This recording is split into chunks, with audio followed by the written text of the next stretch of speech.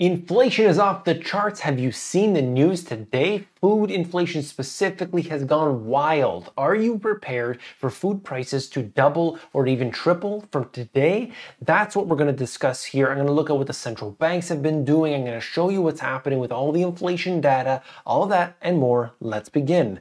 PBOC, that's the People's Bank of China, vows stronger support for real economy support for lending. So you've heard a lot about the other central banks. They are tightening. They are actually pulling money out and they are trying to reduce inflation. But in China, it seems like things are very different because the People's Bank of China will push banks to increase loans to the infrastructure, manufacturing, and property sectors to better support the economy. They want to step up the implementation of a prudent monetary policy and provide stronger help to the economy. Basically, stable, trying to get those consumer prices to be at that level. I'm not exactly sure that's the case, but that's what they're being told. What are they doing here? They are trying to actually stimulate growth at a time in which inflation is high. It's high globally, but also, of course, you look at it in China and we see an issue with all the lockdowns, with all of the other factors in play here. We need to be very careful as to what happens within China because China is the engine of the whole world. This is the way it was designed intentionally to put all the manufacturing there, and we are seeing a major change since 2020 with, oh, maybe that wasn't such a good idea. Well, we realize that in hindsight. You look here at core US inflation rising to a 40-year high, securing a big Fed hike. So they did 75 basis points or 0.75% multiple times. And the expectation here is that next month we will see yet another 75 basis points. Even some are saying 100 basis points or 1% all at once. I'm not so sure about that, but this is what we have to see. Now, I'm going to show you more about that in a few minutes, but I just want to give you the effects of all that because look, we can throw out numbers all day long. They don't mean anything unless we are seeing specifically when it comes down to the effects on the individual. A lot of people are going to be heavily burdened by what's happening. My goodness. And this is just one factor. As US mortgage rates near 7%, a warning they could go much higher. Realtors economist Yoon says 8.5% is the next level of resistance. I think we're already at a severe level of resistance today. Rates on 30-year fixed mortgages hit 20-year high at 6.92%. You look around the world and largely around the same levels. They are too high for people to pay. You can see that through various data, depending on the country you are in. I'm sure you've already seen a lot of this, but of course, when you look at the anecdotal evidence, are homes staying on the market for longer than before? And for most people, they would say yes. You would see the lineups around open houses before. You would have so many different people trying to get in on one home that they would outbid each other, blind bidding, and all these different schemes to push the prices up so high. That doesn't happen anymore. So the cooling off has begun. How far it's going to go is determined by how high interest rates go and how long they remain elevated. Those are the key points. Okay. Today's inflation report is going to test the 7% level. Once it's broken, the next level of resistance is 8.5%, which would be another big shock to the housing market. And you could see what happened after years and years and years of declines. Finally, mortgage rates have begun to accelerate. And obviously, those borrowing costs become a heavy burden at some point. We'll talk more about that in the split screen mode in the next few minutes. Canada's provinces' borrowing costs reach highest since 2008. So you've got these different countries, you've got different areas within a country, like in this case here, the provinces specifically are going to be burdened by higher borrowing costs. If interest rates are higher, the debt that they have is suddenly a big issue. Oh, it's no problem, as I've said 1,000 times before. It isn't a problem. All this debt can just go on and on and on as long as interest rates remain at zero. But suddenly when you have to pay with actual value back, well, then it's a problem. And that's what we're realizing today, and it hits real hard. Again, as I've said before, stock buybacks, They actually buy back their own stock, all these different companies, with debt. If the debt is too expensive, it doesn't make sense to buy back your own stock. Right now in October, there's a lot of actually blackouts on stock buybacks, but that is a whole different story. We'll talk about that in a different video. Rental market tracker. Rents are growing half as fast as they were 6 months ago. This is important because it shows us that there is a cooling off to some degree. Still hot in many areas, I would argue. But of course, I just want to show you that because, well, you do have rents rising 9% year over year. The first single digit increase in a year. Okay, so this is a big difference, and we can start to see that trend in the coming months. This is showing us food at home, 13%.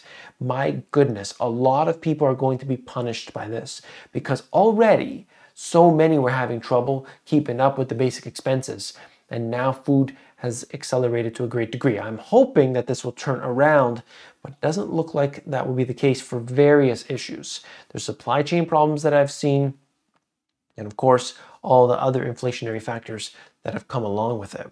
And there's, I don't know if you want to call this good news, but Social Security announces 8.7% benefit increase for 2023. This is huge, and this will help a lot of people. That's great.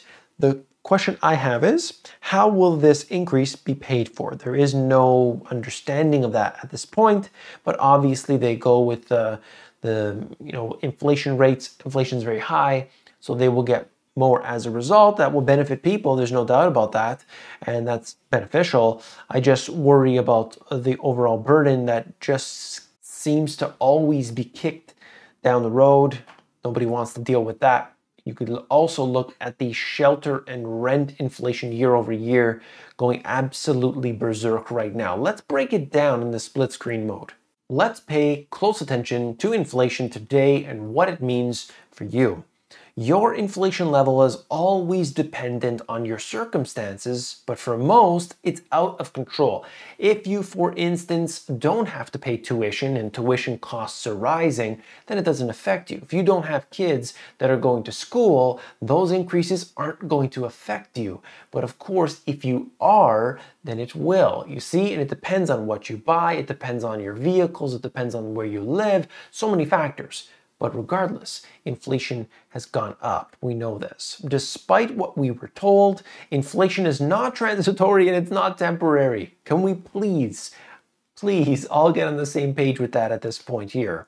Borrowing costs have risen dramatically, leading to fundamental problems in debt repayments for individuals, corporations, and government. You look at all of the levels and everybody is paying as a result. And those who are debt-free are in a much better position, that's for sure. Keep your investments out of higher risk environments until there is a stronger footing. That's where we do not want to be at. I know you've heard the stories of that guy who bought that crypto. It was 0.0001 cent, and then he decided to put in 5,000 and it became worth 14 million. We got to get away from that right now. There's a time and a place for everything, but certainly now is a big risk, okay? Instead of piling into existing positions, look to diversify, even if that's only for short and medium term exposure.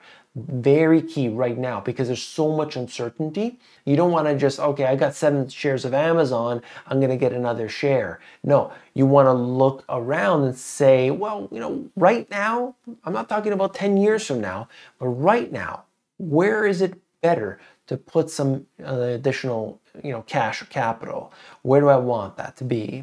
Don't copy what others are doing. Make sure it makes sense for you, the individual. Look, you see all these guys all the time. Oh yeah, I'm buying this, I'm buying that. But is that right for you? I think a lot of times people don't actually think about that. I mean, it's just so extreme, but that's where we are at today. Most people do not factor in their own needs, their own wants and desires. Okay, let's cover the news. You may have seen what happened in the market on Thursday's trading session. It went down significantly as soon as the CPI report showed that inflation inched higher, and then it turned around very rapidly and went, my goodness, 800 points higher. So the swing was one of the biggest ever. Okay, biggest ever. And so I want to show you what happened exactly. It was a stock reversal for the ages, a near uniform plunge followed by an everything rally that made for a dizzying day on Wall Street. So what happened here, it's impossible to know 100% for sure, but essentially what we had was short coverings, and what happened is that a lot of individuals sold off their put positions. Put positions are bets that the market will fall. They got out of those positions as soon as they got what they needed. Market fell down. They sold off. You had a lot of short covering at the same time, and the market propelled higher. Fundamentals haven't changed, but it also happens to coincide with many different technical indicators. Some of those are the 50-day moving average, 200-day moving average, depending on which index you're looking at. This is not the topic for the video specifically. I just wanted to show you that it was a major reversal today. Okay? Calling the direction of stocks near impossibility. Professional traders have been busy limiting their exposure to surprise moves. Institutions bought more than $10 billion in puts on individual stocks last week. That's a record. A record. Unbelievable, right? But you look at what's happening in the markets today and understand that seasonality, like when we look at this going 30 years back, it is shown that the market generally heads higher from October towards the end of the year. Is that going to happen today? I'm not so sure without Fed support, but that's where we are at. In fact, if you look at what happens historically as well, you can compare different types of indicators, and according to Bank of America, only 20% of signposts triggered versus over 80% before prior market bottoms. So essentially suggesting we're not there yet. We are not at the bottom. So there's a lot of questions, and many are left wondering what will happen tomorrow. This is essentially showing us that we've never seen this many puts ever. It's unbelievable. And then we get the yield curve inversion. It's just continuing to go on and on beyond the level at which we saw in the year 2000. It's quite extreme. This is the 2-year and the 10-year. What does this mean? Well, imagine if you are going to buy a debt instrument, you're going to buy a 10-year bond. Well, then you would think that that 10-year bond would get you a certain percentage back, okay? But if you're going to buy a 2-year, you'll get less because there's less risk holding it for a shorter duration. But what happens when those flip? That's a yield curve inversion. You're getting more on the 2 than you are on the 10. It's wild, but that's what happens when you manipulate and you create all these distortions in the markets, okay? This is so key to understand. You want to make sure that what you're getting yourself into is the right way to do things, and that all depends on you. So you've got to take the time today to spend, to learn, to improve your skills, to try your best. That's all we can be expected of, to make the effort that you can. And that means a lot of times letting go of some of the things that are maybe not so important, because right now it's so critical. A lot of people are going to be left behind, and we want to make sure that we did everything we can, and we are going to be better off as a result. Look, I want to ask you something. Did you find this video informative? If you did, you want to actually hit that subscribe button, because tomorrow I'm going to give you some really good information and you don't want to miss it. See you tomorrow.